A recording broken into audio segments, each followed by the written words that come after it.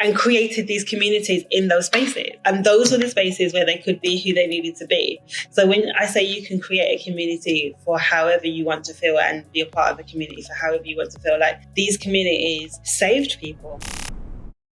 Hello team and welcome back to Alt Marketing School. It's Fab here, founder and head teacher at the school. And today I am so excited because I'm introducing you to one of our amazing graduates. And this couldn't come at a better time because our next cohort of the certification is coming up really fast. And it's the last one of 2023. So for us to bring back one of our alumni is always an absolute pleasure. If you don't know who we're going to talk to today, I'm going to introduce you to the wonderful Rochelle Robertson, and we're going to talk about everything from DEI, community, confidence in career, and so much more. We're going to challenge your beliefs and hopefully teach you something new about the way that our privileges hold different weight and different currency. In case you don't know Rochelle spent her career working across charity, education, hospitality, and most recently the advertising sector. She is also the founder of Ting, a personal and professional development platform for young people. And at the core of the work Rochelle does as this foundation in diversity and inclusion and creating access to people for who otherwise would be traditionally overlooked. In this episode, we bond over MTV nostalgia, discuss about how privileges that we hold weigh different currencies, and even powerful lessons in building a community around you and how that affects us in the future. Rochelle is a dear friend of the school and one of the 2022 certification graduates, so it's always a pleasure to have her back with us. Without further ado, let's crack on and jump into this episode. So may today's class begin. We're just shaking it off. We're just going to literally kind of like dive into it. So, you know, when Steph is listening to this, like the first 6 minutes, like she's going to be just skipping to this. And we're just going to kind of get into the conversation because I'm really excited to have you here. So thank you for taking the time again. And I'm so excited because you got lots of things already to talk to us about. So now I'm curious. Obviously, I will lead with some questions, but I know that then we will go wherever the podcast leads us, as always. And it's a pleasure to catch up. You know, this is selfishly also a way for me to hear about what you've been up to, how have you been doing, and how things have progressed. But before that, Rochelle, just, you know, for people that don't know you, I have a very important question that will actually help us set the tone and understand who you are. Rochelle, if you could choose one trivia category that you would be really good at, which one would it be and why? I am so happy it wasn't the standard, who are you? Because that's just always harder to answer. Like, but this I can answer. So if it was a random trivia subject, it would be, I know a lot about celebrity culture in general, and you can pick any celebrity. The first one that came into my mind was Britney Spears. Ask me anything, her birthday, I think I know off the top of my head. Like, I just know lots of random stuff. But I know lots of random stuff about like a lot of celebrities because I scroll endlessly and just like read stuff and deep dive and like watch like biographies from like back in the day. So I know a lot of random stuff about celebrities. So trivia would be celebrity randomness. And you'd have me on your team. If anything from like 90s pop culture comes our way, we know who to go to, which I really, really love. So actually, then based on that, I was thinking about it actually. So I would have a question. Do you remember which club was Britney Spears, Justin Timberlake, and Christina Aguilera part of when they were young? Go! The Disney Club. I'll tell you, I know. I know, like I can see the performances in my head as you're asking the question. The Mickey Mouse Club is amazing. Oh, I love that. Yeah, same. I got you. It's fine. And for anybody who's Gen Z, they probably lost us already about 1.5 minutes ago, so it's totally fine.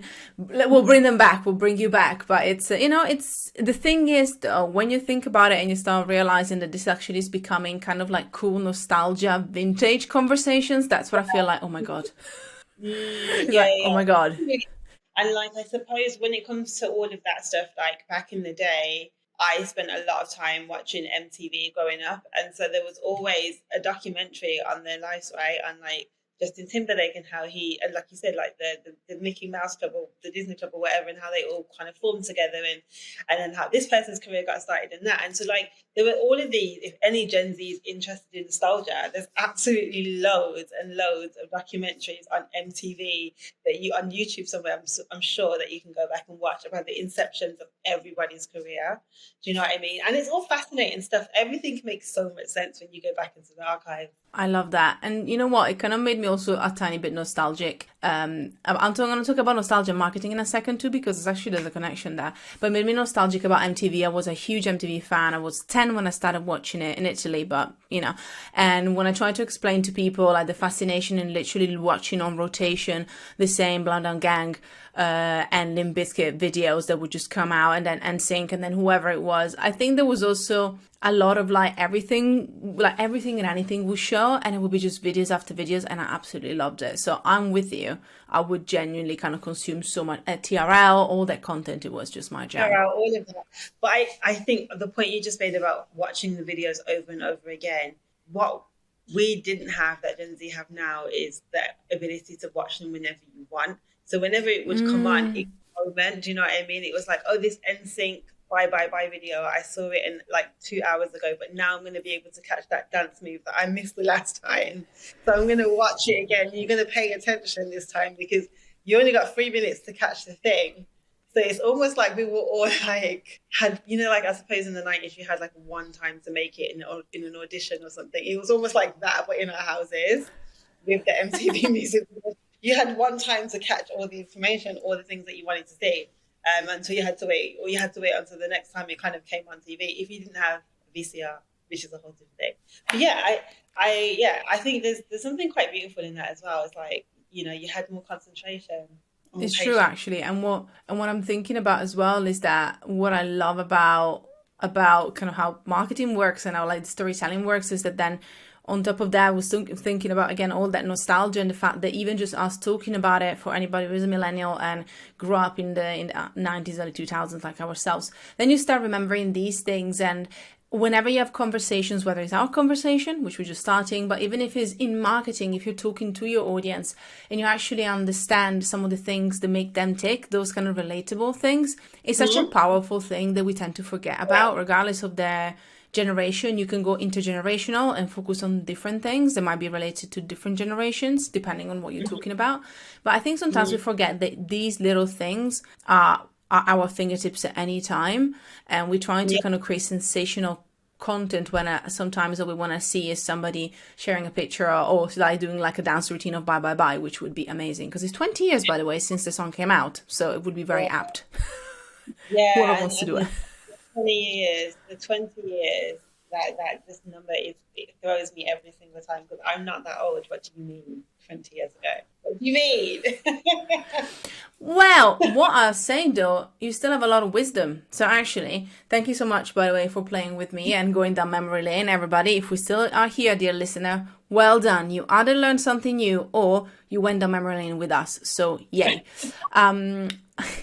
Talking about, again, wisdom, I would like to get into the classing session, which is our main side of the pod, where I ask you first to teach us something. So I would love to see if you can think about, bear with me, what you can teach us. What can you teach the listener, our watchers, our students in 1 minute or less? Obviously, you have a wealth of knowledge and information, whether it's D&I, whether it's the advertising space and the advertising world, or even just kind of your own experience. But if you were to pick one thing that you can teach us in 1 minute, what would that be? I really wish I read the questions now, because this is the kind of thing, this is the kind of thing you should prepare for. This is random. What's coming to my mind is a diversity and inclusion thing. And if I was to take 1 minute, I would talk about how our privileges that we all hold weigh different currencies. I don't think people know that. Everybody has privilege in their own way, but each privilege kind of carries its own currency. That makes sense. I love that. That's amazing.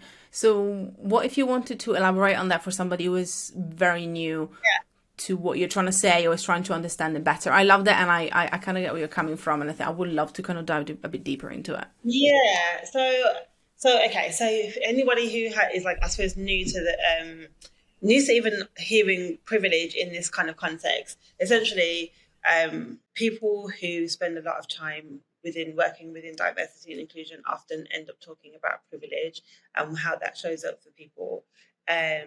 particularly white men, if I'm being completely honest, that's, I suppose, the people that are used as an example to explain what privilege looks like in the easiest sense, because it's really easy to be like, this is what it is when you're talking about white men. But if we look at, like, if we're talking about, for example, heterosexual privilege as a result of being straight, right? Because you have that as well. You're able to walk in the world and not have to worry about holding your partner's hand in public or doing certain things as a straight person.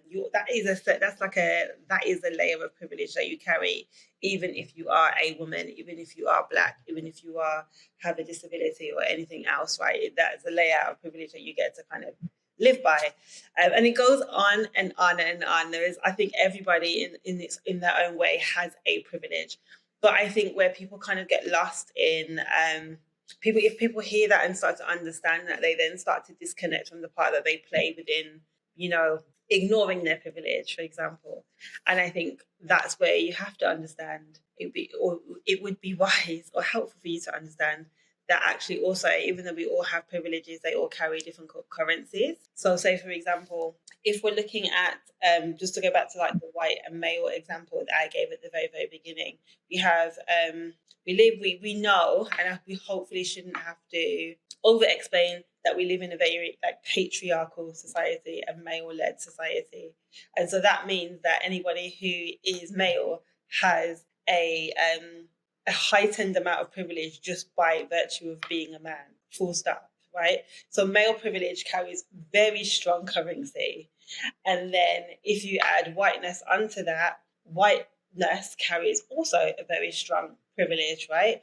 So say, for example, anybody that has whiteness or maleness as part of their identity is walking with the strongest currency and privilege that you can ever have. If you are a white woman, you have the whiteness, but gender-wise, you present as a woman, which obviously is a privilege in some senses, but not as strong as male privilege, right? If you are a Black man, you have male privilege, which is super strong, but then you're of color, which means that your privilege in that sense isn't. So we're always, I think it would be advantageous for people to really sit and look at where their currency in their own privileges prevails, where is it strongest, because we really have it's an opportunity for you to have a really honest conversation with yourself about where you can use your privilege to support others. If this is now over a minute, it's okay. I asked you to elaborate. It's fine. So we're gone with the minute. Now we're kind of getting to the deep dive. It's fine. We're good. Okay. I'll give you another example. So this conversation took place last year. I think it was last year, but it wasn't too long ago. So it was the end of last year. And I was having a conversation with a director at the company that I work at, and non-executive director. So he doesn't work in the company. He comes every now and then, you see him, whatever else. And I was telling him about some issues that I was having, and he was like, the thing is, Rochelle, oh yeah, context, he's white, he's male, and he's probably in his 60s.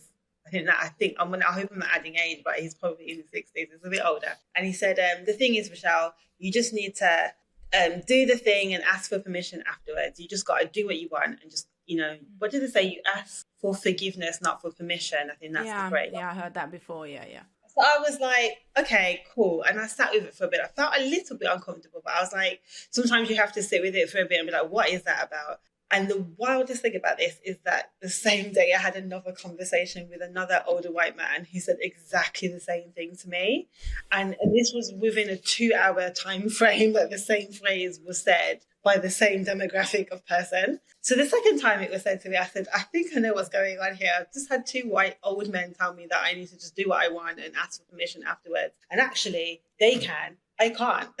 If they do that, then they will have definitely less, consequences for asking for permission than I would have, because their maleness allows them to make more mistakes. Their whiteness allows them to make more mistakes. Their whiteness allows them the audacity, and also does their maleness, where I don't have those privileges. And so I said it. I just said it. At that point, I was like, I know what this is. So I said it to him. The second guy, and we still talk about it every now and then. We reflect and talk about how he wasn't aware of what he was saying or whatever else, and it wasn't an issue. I didn't make him feel a way about it, because I had the aha moment in the moment when I said it to him. So thing like that. But that's just a way, I suppose, how when you have, these privileges that, way more than others, you can just kind of exist in the world without kind of seeing how your privilege is. Because those white males that I talked about, they both are from very working class backgrounds. So they're not like middle class rich guys. They're like very working class, but their class privilege, their whiteness and their maleness supersedes their class, if that makes sense. Yeah. Wise. You know what, I love that you mentioned that, just to kind of put on a wider spectrum, as well as the introspection element and that reflection element, which I was in my head, part of me is already kind of thinking about it for myself as well. But it's also, I think, if you go for a wider spectrum of then reflecting on how then, as you say, not just you take stock, but then when you give people advice, just like this final example, I can see myself also having made that mistake in the past, so kind of having had that oversight, even just from on a neurodivergent side of things, obviously, like, because I'm not neurodivergent, at least not that I know of. And so obviously with that understanding, I know that maybe the way that I would do things, so even as somebody who talks a lot about systems and productivity, Rochelle will know, the listener will know too, it's important to also understand that different people will have kind of like the different needs. And I think it teaches you a bit also about the way that you communicate with people, and like the way that you kind of share your experience and what's worked for you, and some of the things also with the reminder that, as you say, like those kind of like big strong statements or blanket statements potentially can either not be applicable or not relevant, or, as you say, be so inherent to who you are and your experience or your privilege that for other people are completely unrelatable. And so, I think it's an interesting thing about how we communicate, and then again having that reflection. And if it happens, then again it also prompts you, I think, like you had with your boss or one of your bosses, to have a conversation with others and be like, oh yeah, I didn't realize that actually I was talking from a place of what I experienced, but so many people would not be able to experience this or do it this way. So I love that. Thank you for sharing, because I think it really helps us also understanding how we live with others and talk to others. Can I just add something to that as well? Bless you, raise your hand. Little finger. We were gonna, of course, add more. I love what you just said, and when you talk about like not being neurodivergent and talking a lot about, because obviously I've done one of your courses, so I know that you do talk about systems and processes, and this is what this is and this is what that is.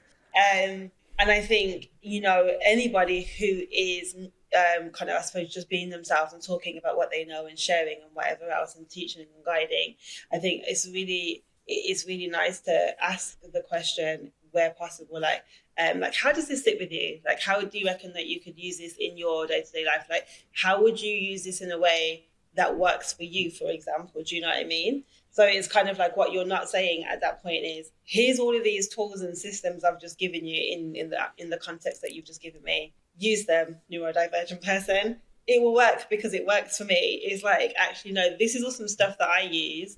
And it's clearly helpful because, I'm neurodivergent. So it's like, I can see everything that you've done and how it makes sense. But my job and my process is to figure out how I can make it work for me. So I just think, as like a question for anybody who is aware of their privileges and in a teaching or like in conversation, or I don't know, any type of lots of ways in which I suppose this might come up for you, is just to kind of ask the person, like, so how do you feel about that? Like, how does that show up for you?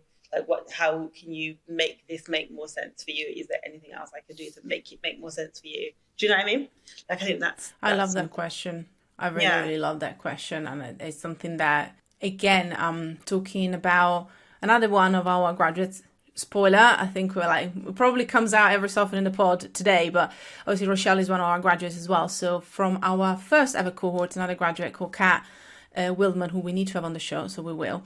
One of the things that she said multiple times in multiple chats that we had, and hearing her speaking, is that, when you check the ego at the door and you appreciate that sometimes you poo-poo because you say something with the confidence, and that, it's that kind of sometimes that social media kind of confidence, I call it, where people are like, haiku statement on LinkedIn, boom, super controversial. Sometimes you say that and actually realize that, as you say, you are completely disregarding like the fact that there's individuality in the world. And it's kind of like a little bit of a check. So just to bring it into like the social media side of it or the marketing side of it, that's another thing. How do we communicate with our marketing? Sometimes we need to remember that, especially if we want to talk to our people, we need to genuinely talk to our people instead of just blanket statement because it's cool. And then we just kind of drop the mic and walk off, like a nice swagger kind of vibe. Yeah, that's a really good point. I love when we went there. I mean, it's funny because we got at least 5 more questions in class in session. So I better get on to the next one. But, this was a good 1 minute plus. So I love it. Thank you so much. Now, I want to talk about maybe something that is a bit more of a tactic or a strategy or a framework, but something that you learned from somebody else. So I kind of feel like the example that you gave us was the reflection, but something maybe that is more about, it can be a framework, it can be a tactic, it can be a way of doing things that you learned from somebody else that really stood out or was really helpful for you that you would like to share and pass on. I'm smiling really hard because I have an example from another white man. So this is going to be a theme coming through. And it's a tactic. And this was, and I had never thought about this before, but this was, I was working in a college years and years and years ago. And I was, he was my manager. So he was like I was looking after the common room area. He was my manager in that space. So he came to me and he said, hey, Rochelle, just so you know, I'm leaving.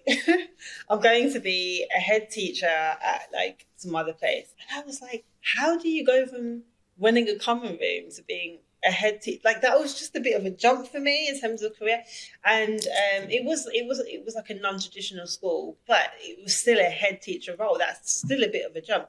His background was also in the military as well. So it was just a bit of a, so I asked the question, because you know me, I'm going to ask the question, like, how are you doing this? And he said, one thing about me is I just feel like if I read the job description and I can do 70% of the things and I can learn the rest, I'll just apply for the job. I'll just do it. And I had never considered that you could do that before. Like you could, if you don't, and now we know there's lots of studies that talk about women needing to meet 99% of things before they apply.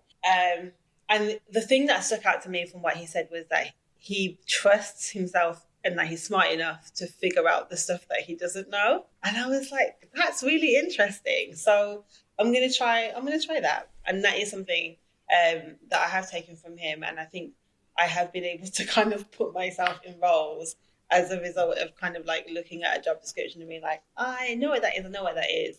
Not really sure what that is, but I can Google it, figure it out, or ask some questions or whatever else. And it has worked for me. So I think if that's the kind of thing you've been looking for tactic-wise, that is something I've taken into my career. And I think as a Black woman who is neurodivergent, who is working class, it has been really helpful for me because you literally have to grab everything. That kind of like nothing comes to you like naturally, like there's a lot of people like that, but like things are not handed to me. They have never really been handed to me. I've had to kind of really grasp at things as I've kind of seen that, that could be good, that skill could be good, that job could be good, that course could be good, let me take it, or let me put myself in that position to kind of take it. So that mindset or that tactic that he shared with me has always stuck. You know what I love about it as well is that I think, and you said it, but I'm going to kind of like power up a bit as well, is the element of then something that you don't know, but you still know that you want to learn about. And as you say, it's just that confidence to be like, yeah, okay, I understand this and this and this. This I understand, but I haven't explored it as much, but I'm going to learn it as I go because I want to learn it anyway. So I genuinely... It's kind of interesting because that's how I always have seen things. But then again, my brain works in mysterious ways. So if I found something that I didn't know, I was like, excellent, I can learn it before I get there. And that's just how my brain is wired. Again, overachiever type A kind of person. I'm like, okay, I can figure it out. And that has been actually something that I can agree and attest because it's in my personal experience, even just from a getting clients perspective. So even if you think, well, what if I'm working with clients or working in like with partnerships even, talking to partners and people that are like, we want to do this. So, can you help us doing that? If you know that maybe you can, but now it's not something that you've done before, but you want to explore it, it's a good chance for you to kind of push yourself a bit out there and experience something new. So I think it's a really good practice because I also definitely agree on the flip side, despite my type A, when I started applying for jobs again, I would do the same thing. I would be like, can I do exactly everything that is mentioned in here? And I think now also jobs look a bit different, but 15 almost years ago, especially in the marketing world, they were very different. Like, you felt literally like for a junior position, you had to be a 40-year experienced marketer. And I was like, how can I know how to do all these things? It's the first job I ever have. So, thankfully things have shifted a bit, but I can definitely see that if you're new and you're coming in, there's so many high expectations, which I think is also a bit skewed, but that's a conversation for another day. They ask you so much. And if you were to take all the boxes, you weren't taking a junior position. You would be a manager, baby. Yeah. You know what I mean? Yeah, 100%. I think for me as well, the other thing that was really powerful to me, I suppose, from what he said, and then when I took it on for myself, was like trusting in your ability to be smart enough to learn. I think there's also a confidence thing sometimes where you're like, could I learn that thing? And it's like, do you trust your brain? Like, do you think you're smart? Because if you think you're smart, you absolutely can learn that thing. So yeah. Have you heard of the growth mindset versus the fixed mindset as a concept? I have. Yeah. So it's more like growth, isn't it, than fixed, I think. Exactly. Just for any listener who was kind of dotting in their little heads, be like, what? So the difference between the growth and the fixed mindset is really about the fact that within the fixed mindset, you think that if you don't know something, or if you have, you have to read it in different ways, but it's almost like, when people say that you're really gifted at school, like talking about education again, or like, that you are very talented in a way, even if they try to do it without, again, talking without thinking, right? But you can actually input some kind of fixed mindset into people. It's like, I'm always going to be that smart, or I'm always not going to be smart enough. And that is a really problematic then trait, or even like mindset, I guess, and thinking that you can bring into later in your life. So you're like, well, I'm not smart enough to be able to learn this. So the growth mindset is something that, if sadly when you are younger, you're not kind of brought up to see or to experience, you have to unlearn. Unlearn the fixed mindset and open yourself up to the possibility of actually try something new. So if you are listening to me, Rochelle, and you're like, oh, I don't think I can, I also want you to know that sometimes society and the way that we are brought up actually can stop us from that, because of that fixed mindset kind of mentality that is really hard to stick.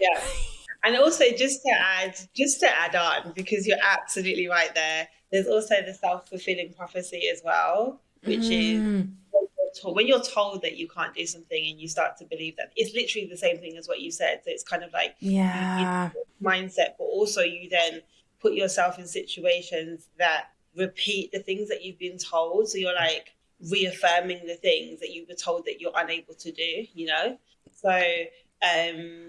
So yeah, man, there's so much going against you all of the time. There's literally, this world is really hard to navigate. And going back to the privilege conversation, it's like some of the stuff is systemic as well. So it's really, really difficult for you to stay on top of things. So mindset is so important, because the stronger or the more tools you have in terms of your mindset to kind of supersede things, they become easier, not completely easy, and the systemic issues do not go away, but it becomes easier for you to kind of like put yourself out there at least, and then you just need to develop, I love that. You need to develop resilience, which is another conversation for another day. We've got so many conversations for so many days now. They're just piling up. This is dangerous. It's just good and dangerous at the same time.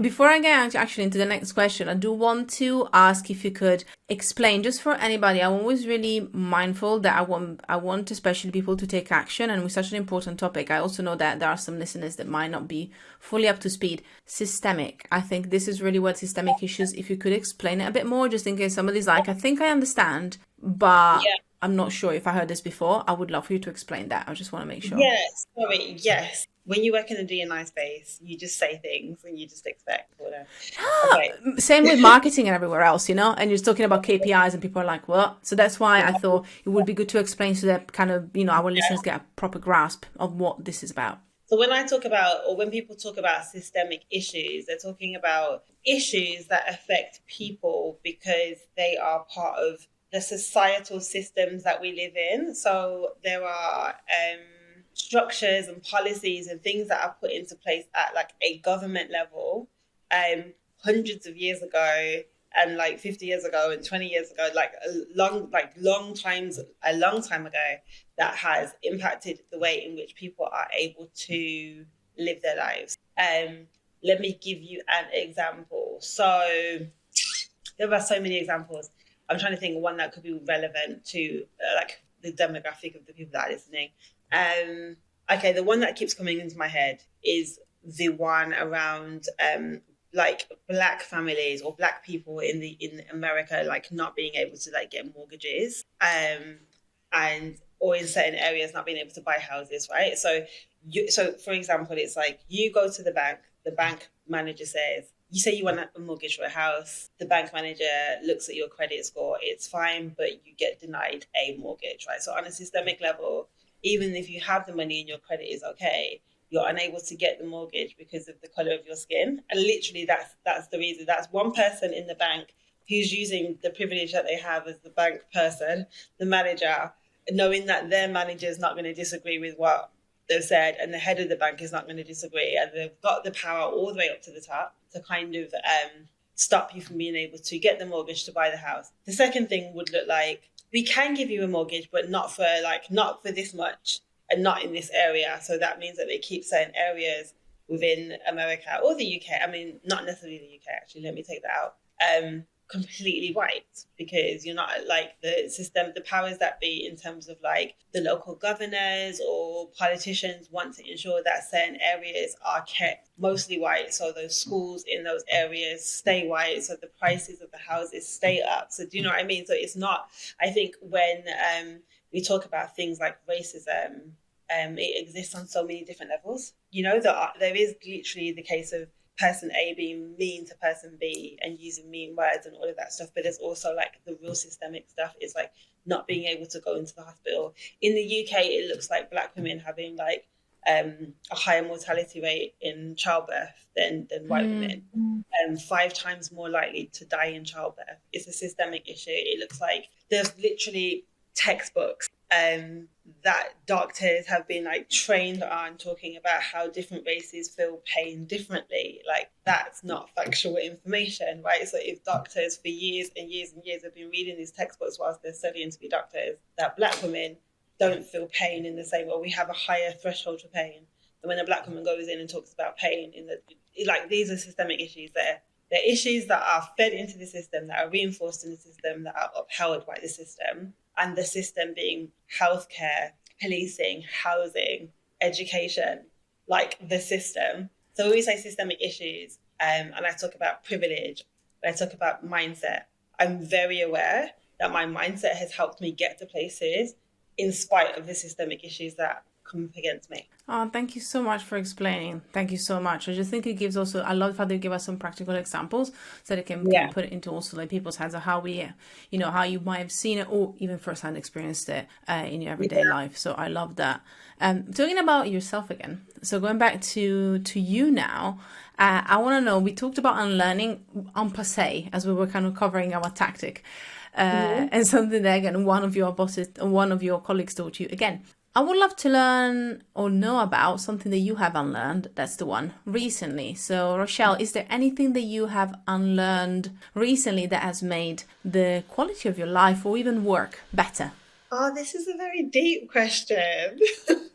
I know. What can you expect? You're coming into the pod. You should know. So deep. And I'm like, I'm unlearning every day. I'm having aha moments all of the time. Best way to be. That's what I say. Does it have to be work related? Can be life related too. Totally fine. Okay. In terms of life related, I have one that's life related that I've been thinking about for like the past 6 months, and it's the it's like the aspect of community and how community show up. I was literally reading a book about it today. How community can show up for you as like an individual. I think especially let me slow my brain down because my brain is firing now and I want to say all of the things I just read 2 hours ago in my book. Which book were you reading then? I want to know. It's called All About Love by Bell Hooks. Do I have it in this bag? I might have it in this bag. 2 seconds.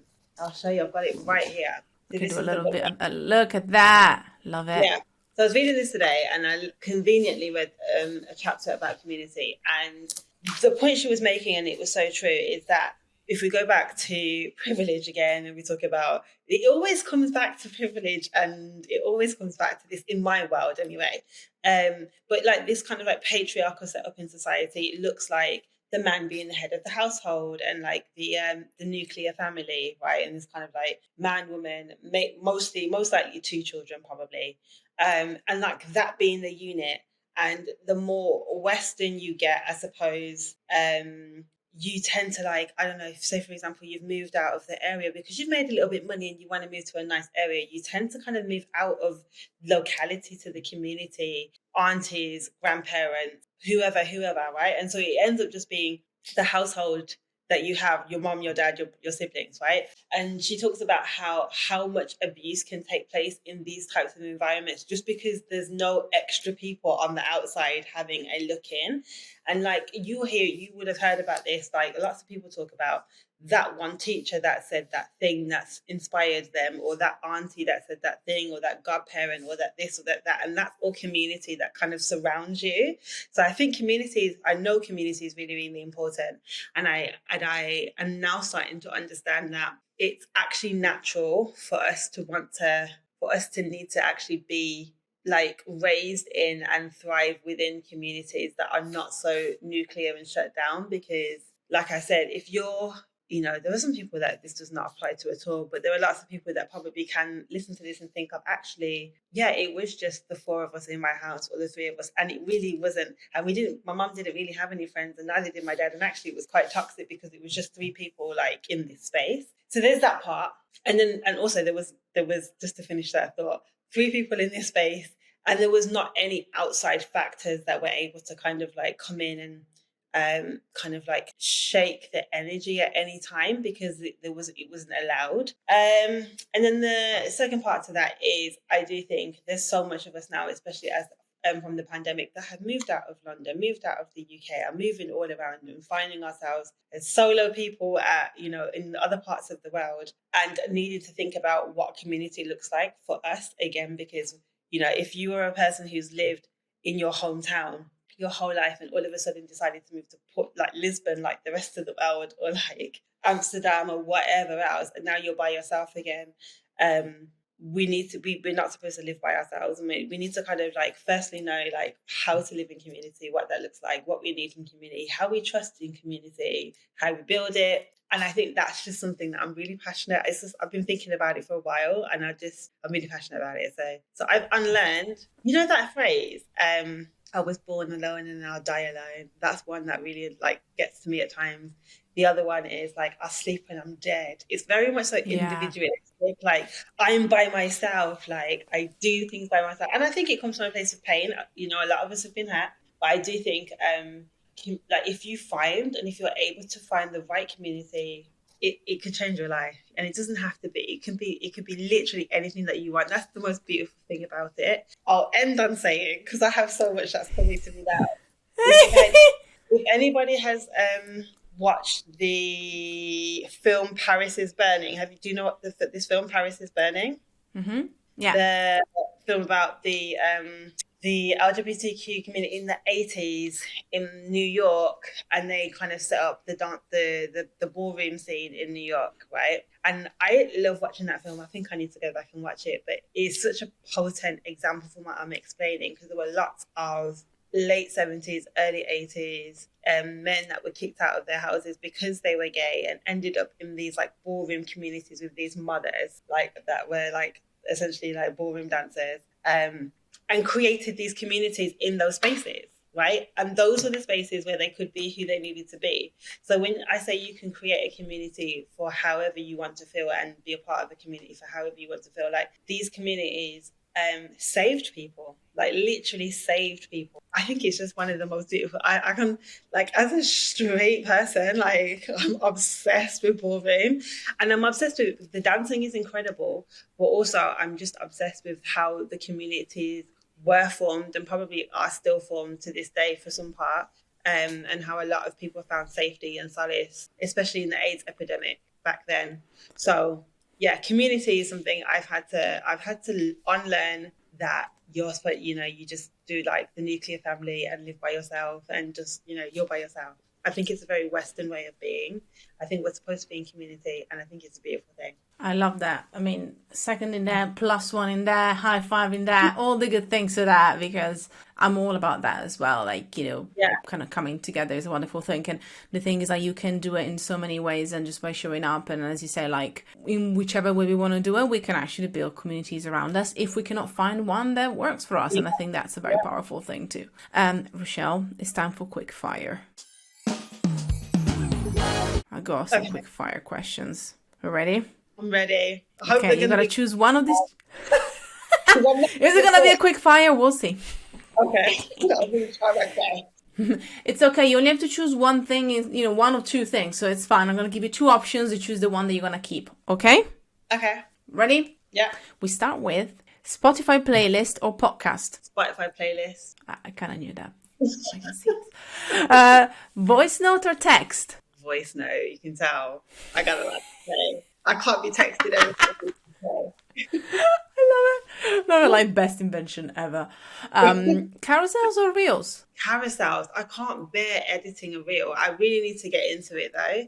But I'd rather just stick a bunch of posts up and then just write a caption. What about consuming? Would you consume carousels more or reels? I consume reels. I don't mind watching other people's reels. I don't want to edit them myself. That's fair. I resonate a tiny bit. I resonate a tiny bit with that one. TikTok or YouTube? Interesting.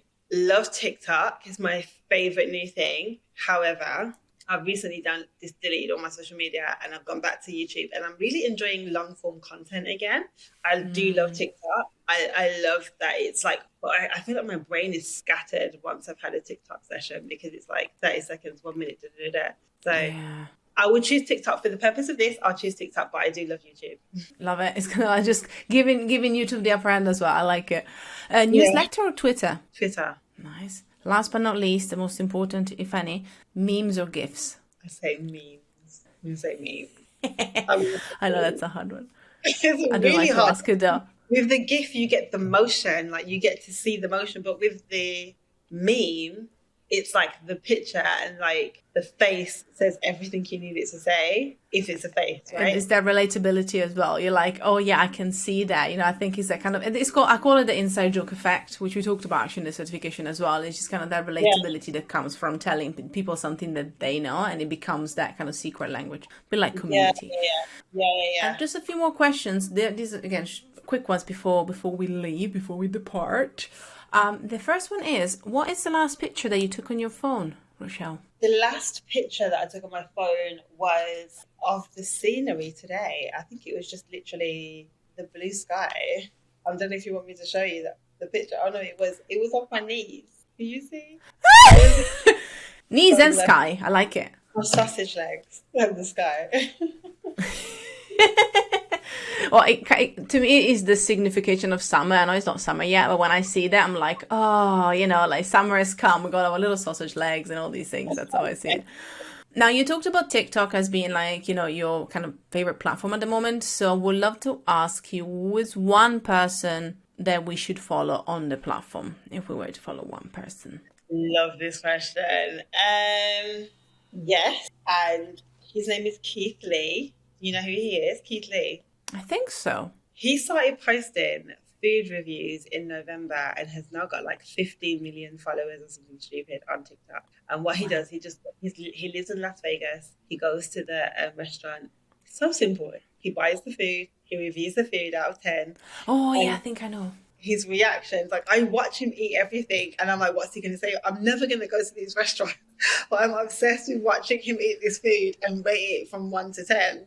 And he talks about the customer service. He talks about everything. And then what happens is, why I love his TikTok so much is that people trust him because he tells the truth.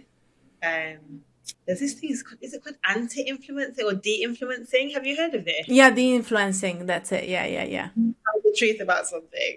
And then that's exactly. I read him like, oh, I could actually do that, right? But anyways, yeah, so he tells the truth about the stuff. What happens is people go to these restaurants, try the food, love it, and then the restaurants like just get booked out and there's like queues around. So like it's got this thing called the Keithley effect, where if he goes to like, or he might even go to like a chain restaurant, he'll go to a Chipotle and he'll say, you need to order this when you go to the Chipotle. And it's just a random mix match of food. People will do that and then Chipotle that out. So I really love him. He's very wholesome. His family is very wholesome. I love his reactions. I like the way how he structures his videos. I love his editing. And I love that he tells the truth. He's a good guy. That's great. Actually, excellent recommendation as well. I love to give us a bit of also like some of the whys, which all tick my boxes. So I heard of him, but I haven't properly checked him out. So I'm going to go and do that. Rochelle, before I ask you to just tell us where we can find out more about you and all the wonderful things that you are up to, I would love to ask you one more question, which is, since you have been taking our certification, you've been part of the family, you've kind of experienced what we're about. If you could choose one word to describe Alt Marketing School, what would it be? I want to say enlightening. Oh, and for why me, is that? Enlightening because back to the whole kind of like, if you don't know something, you could just got to figure out whether your brain can figure it out. Like, can you learn it? I'm not a marketer. Like, I work in marketing, but I am the people and culture person, right? I don't do marketing. So when I kind of came into the course and the things that I learned, it was incredibly enlightening. The information that I learned, and also the fact that like I was like, I can do this. Like, this is something I can actually do. Like, it makes sense. Like, it didn't feel like rocket science, like over my head, like something that wasn't attainable for somebody like me who doesn't directly work within marketing. So it was enlightening, I suppose, for my confidence as well. Like, oh yeah, I can do this. Like, I've got this. And when I'm ready to relaunch, then I'll be able to take everything that I've learned and use it to kind of market myself. So yeah, enlightening. It was really good. Thank you. And you know what I love that you said? That actually is not rocket science, and I think it's something that reminds us that at the end of the day, it's something that our friend Jeremy and said a few times also on the show, episode 141, I believe, everybody. Great marketing is, doesn't feel like marketing. Good marketing is genuinely just us spending time learning what people love and building good relationships with them. Yeah. That's a lot of what it is. And when you put it that way, it feels a lot better, a lot easier, and a lot less, there's less friction to actually kind of go out there and share all the good things that you want to share. So thank you so much for sharing that. Now we're talking about relaunching. We're talking about potentially kind of getting back on the saddle. Tell us a bit more about how can I find more about you, and if our listeners have any questions or want to find out more, where should they go? Yes, so the best place at the moment is Instagram. So my Instagram is I am Rochelle Robertson. LinkedIn is Rochelle Robertson. Those are the two places mostly that I'm kind of contactable by. And I'm a person who responds to DM, so you could just literally, if you have any questions, DM me on either of those places. Thank you so much again for being with us today. It has been an absolute pleasure, and thank you for answering all the questions, and also for us to go even beyond that, which I'm always excited about. As always, we'll be back next time with more goodness and inspiration and all the good things, but for now, class dismissed.